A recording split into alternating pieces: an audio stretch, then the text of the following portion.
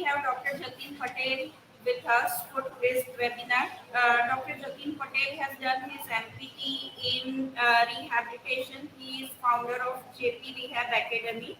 He has done his diploma in cupping therapy and dry needling. He is certified trainer for the kinesio tapping. Then he is international instructor for ISTM. And today he is going to focus on the acute injuries and its management. So over to you, Jatin sir. Hope students will learn a lot from you. Thank you so much, ma'am. It's my pleasure. So here I'm going to discuss about the. Let me share screen. Where is my screen?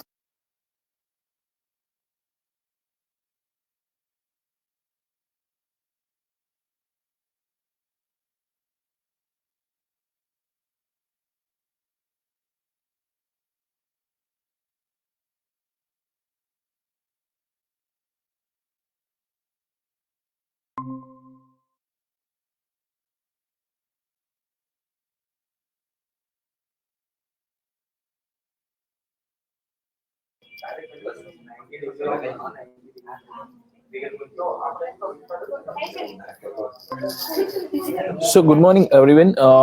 Today I'm going to discuss about the principle of management of acute injury. When we talk about the acute injury, I'm talking about the soft tissue injuries.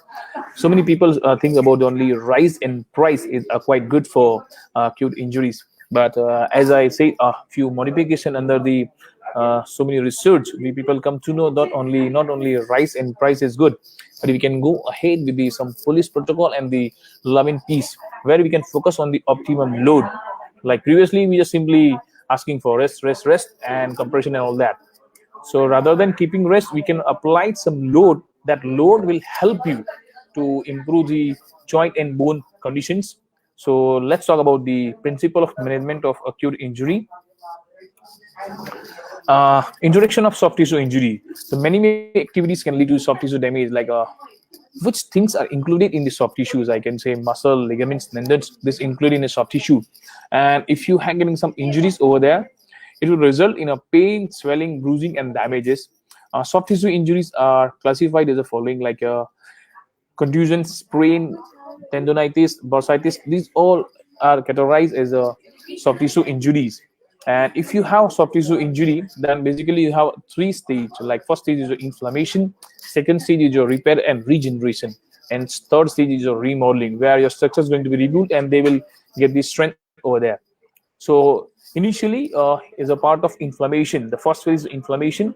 So to deal with that inflammation, people using the different principles like rise, price, police, and love and peace. Which principles is good, and what do you mean by rise, price, police, and love and peace? I will explain. For love and peace, it's not just only for acute injury, but it's about complete rehab from start to end. For rise, it's a raise, ice, compression, and elevation. If I'm talking about the rest, you need some rest, then you can apply the ice. But there is specific indication if you want to apply the ice. And same way, if you have swelling, then we can go with the compressions. And to drain that fluid, or I can say waste, towards the lymphatic flow, we have to keep some elevations. So there are some standard criteria according to the body physiology that you can keep in mind. Again, for price, we are just simply going to add some P. It's in protection, rest, ice, compression, and elevation. This is basic and it's well-known principle for acute injuries. But somehow we are missing something, that in the rest, today we simply prescribing rest. I can say, according to my experience, rest is quite good. But if you keeping it for longer time, then it's quite difficult for your patient. For shorter period, immobilization is beneficial, but it should be limited to first few days after the injury. So you cannot say someone, if you have ankle sprain, then you can keep the rest position for next 15 days or 20 days, because the inflammation stage must be like for 72 hours. From 0 hours of the injury to the next 72 hours, inflammation state must be there. So during the inflammation, like you have classical 5 some inflammation, that pain, tenderness, temperature must be there. So to deal with that area, we can provide some rest to get the control on pain. You know what is the meaning of control on pain according to the visual analogous scale? If I'm talking about the control on pain, if the score must be 5 or below the 5, then you have a good control on pain. If the score above 5, it means your body going to be give some reactions. I can say they're going to activate the defense mechanism, and response of that defense mechanism, they're going to create the peripheral muscle fiber shortening. Means muscle spasm must be there. So if you have good control on pain, then you can use any other activities and all that. Till that time, we can prescribe the race, but that race must be for few days only. Otherwise, few adverse effect uh, going uh, going to become. Like if you want to minimize that adverse effect, it should be 1 to 2 days rest. It's quite okay. If you're keeping it for longer time, then you are giving a good chance to your soft tissue to get the strong scar formation, because first stage is your inflammation, second it's repair and regeneration. So during that repair and regeneration, structures start to what I can say regenerate and repair. So during process of repair, they are repair with the scar tissues, and that scar tissue, if you didn't mobilize on a proper time, then they are going to create some adhesions, and that adhesions going to be lead in future it could going to create a fibrosis. So in early stage we have to mobilize that structure. That's why we are not keeping more time for rest. Then after ice therapy, I know ice is very famous, and in my last 10-year practice, in like so many physios I've seen and so many clinics I visited, they used to apply ice in any condition, whether it be acute condition or chronic condition. There are some specific standardized criteria when to use ice and where not to use. Ice is you also can use as a cryotherapy to reduce the tissue metabolism and cause the blood vessel constrictions. Keeping in mind about this, it will help you to create the blood vessel constriction. It means it's going to reduce the blood flow. And if you want to go for faster healing process, first you have to clear inflammation, second repair and regeneration. So in the stage of repair and regeneration, we need a sufficient blood supply. That's why we are simply going to avoid the ice application for initial hours. We can, and because initially this ice application will help you to decrease the nociceptive neural stimulus. So you can use the ice for hypersensitive, or I can say for pain, but that pain must be above 5 then only. If the pain is below 5 according to the visual analogous scale, then no need to use ice. You can simply start with other exercises. These physiology changes slows and prevent the further swelling, an important consideration in early active range of motion exercise after the initial period of rest. However, if I'm applying the cryotherapy for extended period of time, can be determined to healing process and can damage damage can be become worsened, and if the blood flow is excessively reduced, the risk of skin burn and no damage increase the prolonged ice application. That's why I hate ice. You can use it in initial time to get the control on pain. Again, I'm using the word of control on pain. According to the visual analogous scale, it must be below 5. If above 5, then you can use ice to get the control over there. But everything is in below 5 and still going to apply ice, then it's not going to work. Then compressions. Compression severe to prevent the further edema as a result of inflammatory response, and also going to reduce the bleeding at the site of tissue damage. So you can use anything over to apply the compressions. You can use the elastic bandage, or you can use the canister tape to lift up the pressure. Again, the canister tape will help you to reduce the swelling. Canister tape not to help you to provide compression, but it will going to decompress that area and helping you to reduce the swelling. But with the ISTM tool, if you have a double bevel edges, then with the double bevel edge is quite finer. It's not like a single bevel edge, is quite sharp. So initially for edema reduction, we can use the ISTM to reduce that edema, and we can give the strokes towards the direction of lymph nodes to drain every fluid towards the lymph nodes to get the reduced swelling as early as possible. For elevation, yeah, we can give the elevation. That elevation must be above the heart level. If I'm talking about the lower limb, then it should be above the pelvis level. So you can increase the venous region.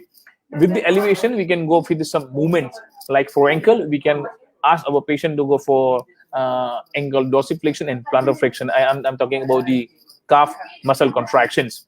So if you don't have a calf muscle contraction, so with this dry needling, we just put the needle inside the muscle and giving the low frequency tense.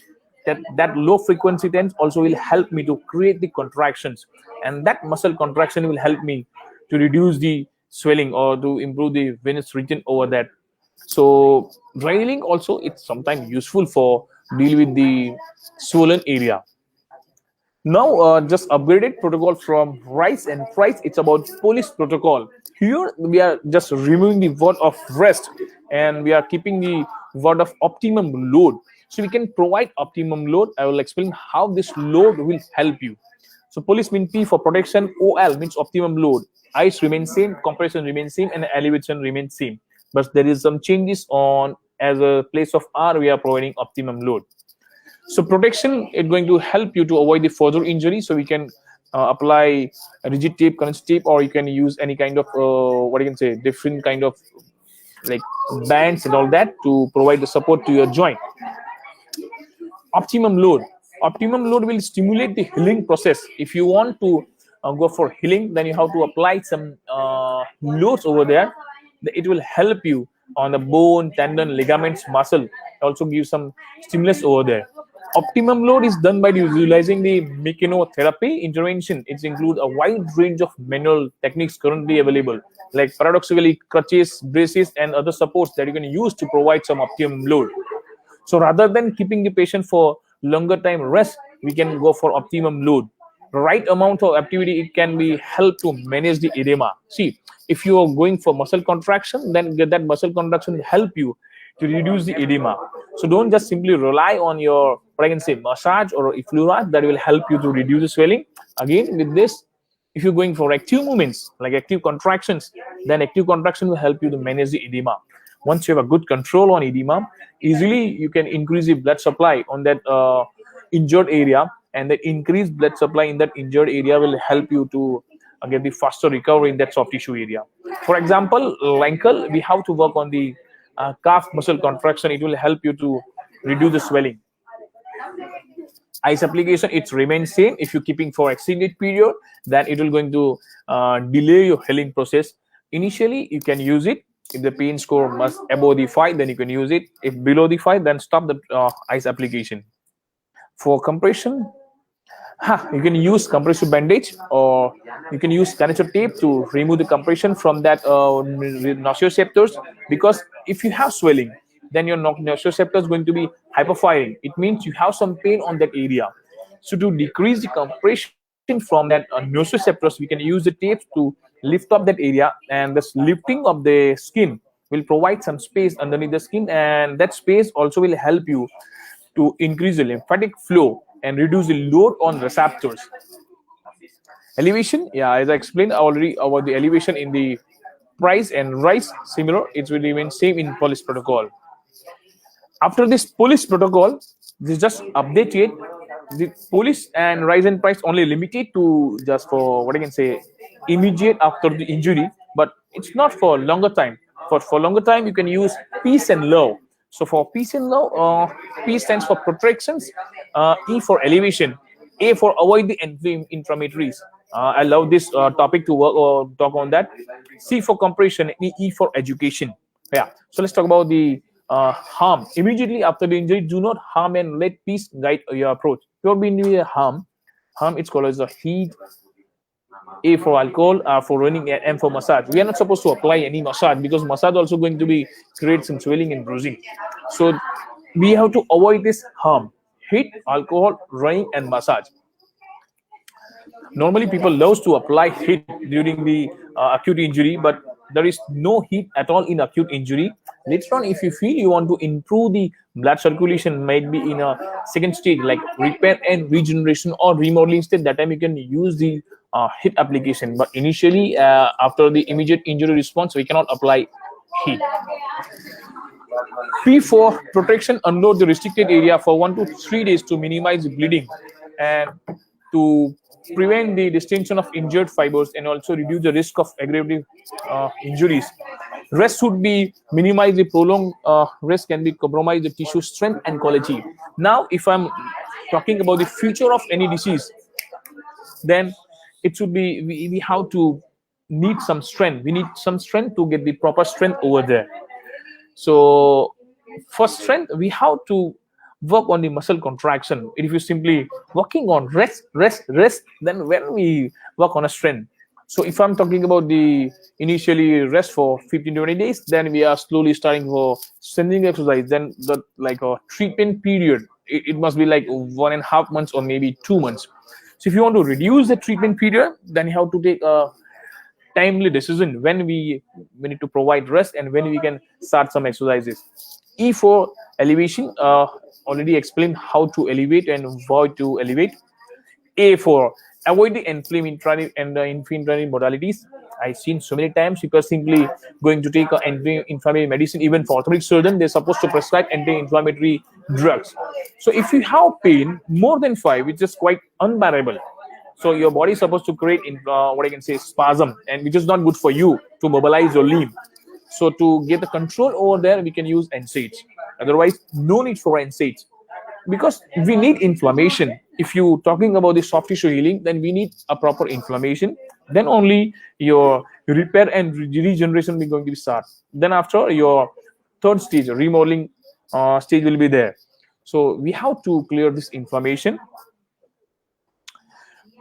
C for compressions, we can use different kind of gadgets to provide compressions. For E for education, therapists should educate the patient on the benefits of active approach for the recovery. We have to explain them about the what I can say education.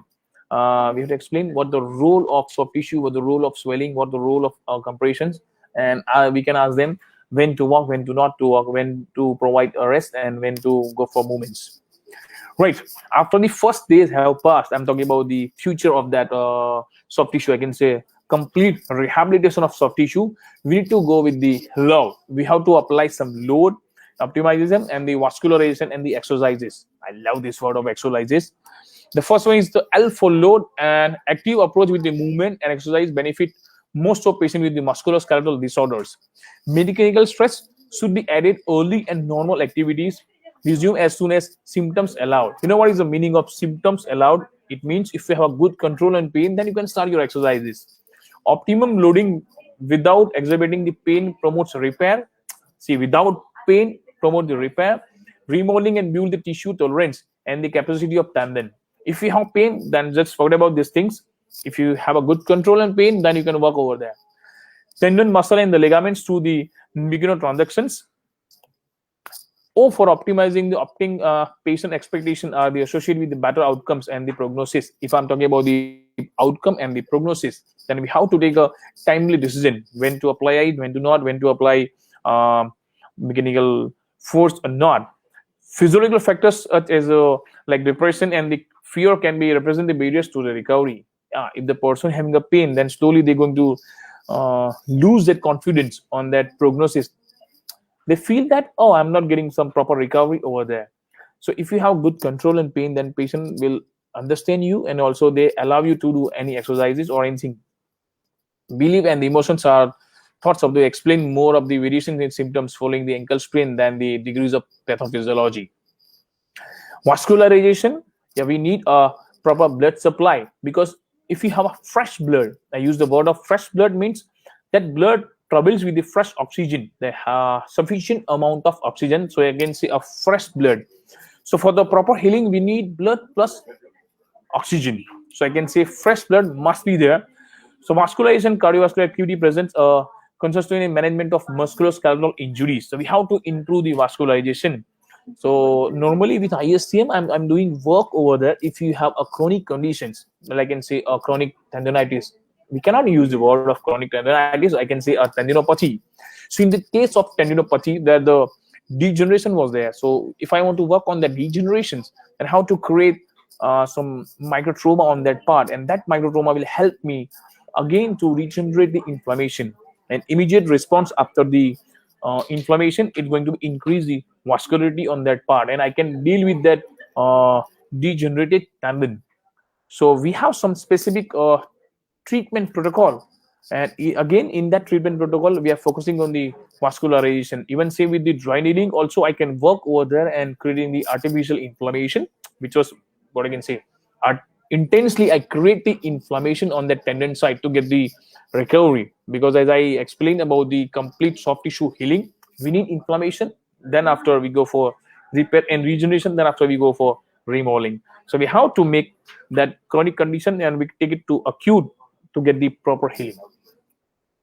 For exercise, there will be a strong level of evidence supporting the use of exercise for the treatment of ankle sprain and reducing the prevalence of recruiting the injuries. Exercise helps to restore the mobility, strength, and proprioception in early after the injury. Yeah, if you don't have a good control on pain, then you need to work on the mobility first. If you have a good mobility, then you can go for the strength, then you can go for other exercises. So initially, just focus on the flexibility. That will help you to provide some mobility. If you have a good flexibility and mobility, then only your muscle going for contractions. If you think that you have a good amount of swelling, spasm, and still from the level of spasm, if you're asking for strength, then forget about that strength. You cannot get the contractions. If you're searching for contraction, then you have to provide some relaxation. Once you going for a complete relaxation of any muscle belly, then you can ask them for contraction. This way you can increase the muscle strength. So with ISCM, we simply want to release the spasmodic structures as a neural inhibition. When I'm going to apply the strokes on the muscle belly with the principle of neural inhibition, I can release that muscle belly. Then after that, I can ask for muscle contraction. But I cannot ask for muscle contraction one already there is a muscle spasm. Pain should be avoided, ensuring the optimum repair during the subacute phase of recovery, and should be used as a guide for exercise prognosis. Looking about the pain, we have concern about the pain. That's why I'm using the word of physiotherapy should be painless. If you want to give the pain, then that pain not going to cross more than 5 according to visual analog scale. It must be below 5. If you are crossing above 5, then it's going to create some issues like your body automatically going to create that defense mechanism. These things are not good for your patient. Even if they're going to create some issues in your condition prognosis. So for proper understanding and proper what I can say treatment protocol designing, we have to keep this in your mind. Don't go for long period of time for icing. Do not go for what I can say over compression, because sometimes over compression also going to reduce the blood flow. If you going for soft tissue healing, then you need to have a sufficient amount of blood supply. So with the over compression, might be we are going to reduce it. And the most important thing, optimum load. We have to apply optimum load which is on time, because optimum load only will help you to get the proper strength over there. So if I'm talking about the total knee replacement, so initially when I started my practice in 2010 and 11, so that time TKR patients supposed to come with us after the 14 days. After the removal of stitches, we are supposed to treat them. But in present days, orthopedic surgeon asked a physiotherapist to treat that patient on the same day. If early morning patient operated for the TKR, so same day in evening, the physiotherapy is supposed to start a physiotherapy treatment, and maybe next day they are asking for weight bearing, and after like 2 or 3 days they ask for walking, and at the end of 4 or 5 days hospital stay, and on the day of discharge they're asking for stair climbing. So they know the value of early joint mobilization. Then only you will get the complete range of motion. If you're keeping for longer time rest, then story is completely different. Although if you have fracture, then we need some rest. But if I'm talking about the appalling fracture, if you feel you are providing some stress on that bone, then only it is going to create some issues of your healing.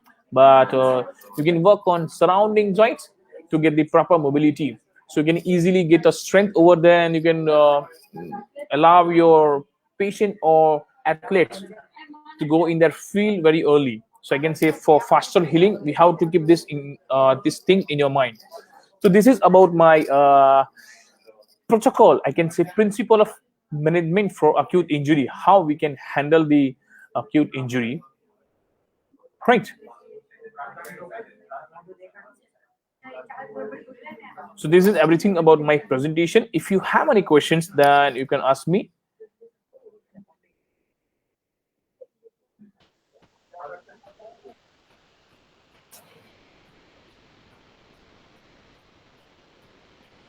Yes, Jatin sir. So, like, I'm watching in Facebook, no one is having question.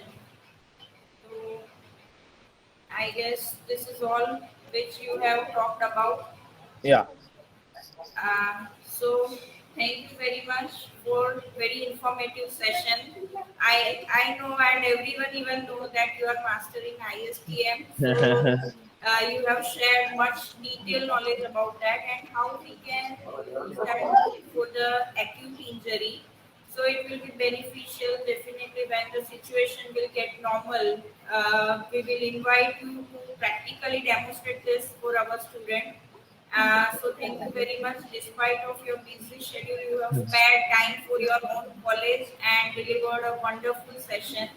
Thank you, So ma'am. Thank you. thank you very much on behalf of Parul Institute of Physiotherapy, Parul University, and Parul Alumni Association Cell that you have accepted our invitation and you have given very good talk on this topic. Yeah, So it's my pleasure, ma'am. yeah, thank you very much. Have a nice Okay.